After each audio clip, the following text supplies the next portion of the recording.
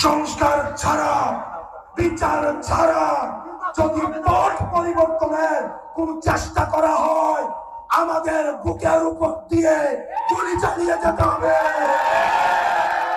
Jail থেকে বের হয়ে এসে কেঁদে কেঁদে বলে, আমার মাসুম বাচ্চারা,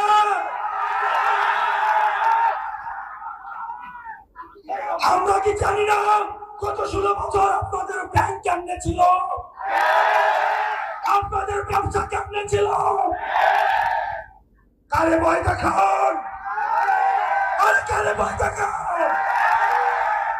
আমাদের হারানোর কিছুই নাই, আমাদের ব্যাংক নাই, আমাদের লুটপাটের ব্যাংক নাই যেটা আমরা হারাবো।